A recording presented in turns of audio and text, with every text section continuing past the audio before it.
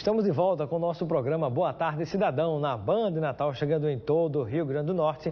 E hoje, como anunciei, temos dois convidados. Neste primeiro bloco, vamos conversar com o Dr. Gustavo Freire Barbosa, advogado e membro da Rede Nacional de Advogadas e Advogados Populares, e em seguida com o Dr. Daniel Monteiro, advogado na área eleitoral. Eu dou boas-vindas ao nosso primeiro convidado de hoje, Dr. Gustavo Freire. Bem-vindo ao Boa Tarde Cidadão. Boa tarde, Robson. Boa tarde, telespectadora da TV Band Natal. Prazer tê-lo conosco. Eu inicio a nossa entrevista perguntando que associação é essa, do que ela trata, né? Quais são as suas principais características? A RENAP? Sim. No caso, a RENAP diz respeito, Robson, a uma rede nacional de advogadas, advogados e movimentos sociais e organizações sociais nesse sentido, né? Considerando principalmente que há demandas voltadas a movimentos sociais que têm uma amplitude nacional e esses movimentos eles têm sua representação no âmbito dos estados e municípios, há 20 anos, aproximadamente 20 anos, pouco mais de 20 anos, né? Criou-se a necessidade, apareceu a necessidade de formar uma rede de integração desses profissionais que militam e atuam nessa área. Foi aí que surgiu a RENAP em 1995 e desde então se configura como uma rede de troca de informações com encontros regionais, encontros nacionais periódicos, que é voltada exatamente para debater a militância na advocacia em relação aos movimentos sociais, que cada dia mais ganha maior relevância, principalmente em decorrência de um quadro cada vez maior de criminalização desses movimentos. Eu lhe pergunto, o que é ativismo judicial? Bom, Robson, o ativismo judicial, a princípio, é uma ideia bem sedutora, porque nós podemos caracterizar o chamado ativismo judicial por meio de uma postura do Poder Judiciário que amplia a sua capacidade de criatividade, a sua capacidade de criação, interpretação e aplicação da lei, na esteira das disfunções do sistema político e representativo majoritário. Há algumas omissões, Robson, que podem ser consideradas omissões inconstitucionais. Por exemplo, para que a gente compreenda através de compartilhamento de alguma informação, algum caso concreto que tenha acontecido. Uma omissão inconstitucional, vamos, por exemplo, o reconhecimento dos efeitos civis do casamento entre pessoas do mesmo sexo. Muito embora na letra da Constituição haja a previsão de que o casamento se dá entre homem e mulher, o espírito da Constituição, da ordem constitucional inaugurada após 1988, não se alinha com a perspectiva de exclusão de direitos, de modo que havia e há a necessidade, no caso, já contemplada por jurisprudência do Supremo, em reconhecer os efeitos civis do matrimônio a pessoas do mesmo sexo. No entanto, por meio do processo político majoritário, por meio de uma emenda constitucional, isso não era possível, em decorrência do fato da composição do Congresso Nacional na época, e hoje ainda, não se configurar no sentido de possibilitar que esses direitos fossem reconhecidos. Então, essa questão foi levada ao Supremo Tribunal Federal, que fez uma interpretação ampliando o sentido da norma, ampliando o sentido da Constituição. Então, no caso, o Poder Legislativo, que é o fórum constitucional adequado para debates dessa natureza, não foi provocado ou não havia condições do reconhecimento desse direito no âmbito do Legislativo. Então, o Supremo Tribunal Federal supriu essa omissão considerada inconstitucional, para reconhecer os efeitos civis do matrimônio entre pessoas do mesmo sexo. Nós temos várias hipóteses, né? Essa é uma delas emblemática, relativamente recente. Eu gostaria de saber, né, que outros exemplos nós temos do que você chama de ativismo judicial no país, por exemplo? Então, o ativismo, há uma série de críticas ao ativismo, né? Há autores e autoras que colocam que o ativismo vem muito bem a calhar no sentido de reconhecer direitos de minorias estigmatizadas, direitos cujo reconhecimento e concretização não é possível no âmbito do processo político majoritário. Por exemplo, hoje no Congresso Nacional, segundo pesquisa do Departamento Intersindical de Assessoria Parlamentar, 70% do Congresso Nacional foi colocado por 10 empresas, segundo pesquisa feita logo após as eleições de 2014. Então, nesse contexto, no contexto em que o Congresso Nacional está meio que subjugado ao poder econômico, o reconhecimento de certos direitos não é possível. Nesse sentido, o ativismo judicial pode ser considerado uma coisa boa. No entanto, na prática a gente vê que nem sempre é assim. Há situações que, vamos dizer, há o extrapolamento do que a gente espera. E o que que você considera como ditadura do judiciário? E se existe alguma ligação entre ativismo judicial e ditadura do judiciário? Sem dúvida, Robson. Há um autor norte-americano, Hans Hirsch, que ele escreveu um livro que ainda não tem tradução para o português, Towards Juristocracy, em direção à juristocracia, em que ele faz exatamente essa crítica.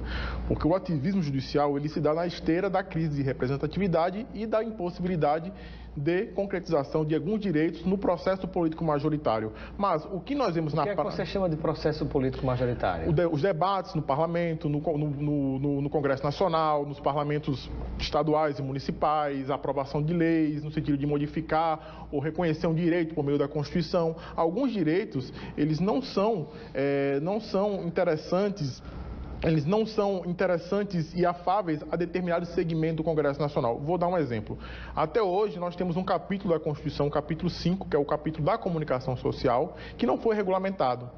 E há um interesse político-econômico de natureza corporativista muito forte que, há 30 anos, barra a regulamentação desse capítulo específico. E a não regulamentação de um capítulo quer dizer o quê? Que esse capítulo é letra morta. Então, alguns direitos que não é possível reconhecer por meio do processo político majoritário.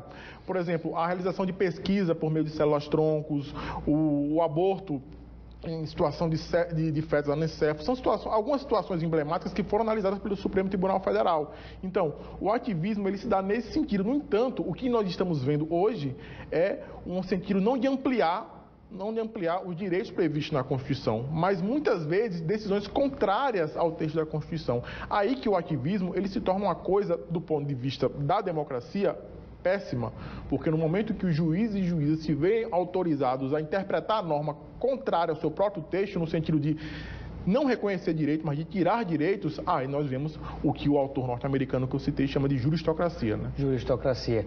E que já existem alguns exemplos práticos disso. Por exemplo, a gente vive em um momento onde existe a Operação Lava Jato ainda em curso, com alguns setores dela paralisados, mas a pauta da corrupção permeia a discussão do povo brasileiro e de setores da própria mídia também. E aí eu pergunto, né, qual é a relação deste tema com a questão, por exemplo, da corrupção? Seria uma forma do judiciário entrar em meio a essa questão democrática diante de falta de moralidade de certas coisas no âmbito da própria política partidária? Então, Robson, se nós fizermos uma análise histórica desse fenômeno da Lava Jato e no contexto em que o Supremo Tribunal Federal vem se posicionando, nós vamos ver que não é nenhuma novidade. Esse moralismo difuso, ele é muitas vezes instrumentalizado para que determinados posicionamentos se deem na esteira da chamada opinião pública, vamos dizer assim. Por exemplo, o próprio Hitler, a ascensão do nazifascismo jamais seria possível sem a chancela da magistratura, sem a chancela da Suprema Corte Alemã. O próprio Hitler dizia que seria do nazismo, que seria de nós sem os juízes e juristas. Da mesma forma, o golpe de 64 foi, da mesma maneira, chancelado para a Suprema Corte, pelo STF, né? Apenas 3 ministros... Parlamentar e civil, inclusive. Exatamente.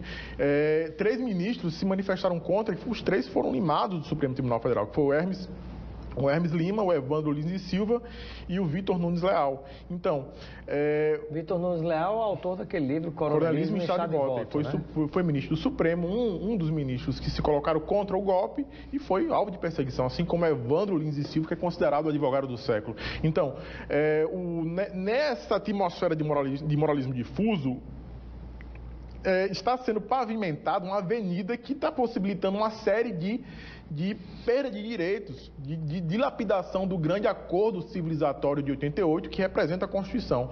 E o Supremo Tribunal Federal e o Poder Judiciário, em tese, ele teria um papel contra-majoritário no sentido de peitar essa opinião pública, vamos dizer assim, opinião publicada, de falar, não, vocês querem isso, mas a Constituição não permite. No entanto, o Supremo está indo nessa onda. Uma prova disso é a decisão de novembro de 2016, outubro de 2016, que possibilitou a execução provisória da pena contra a própria letra da Constituição.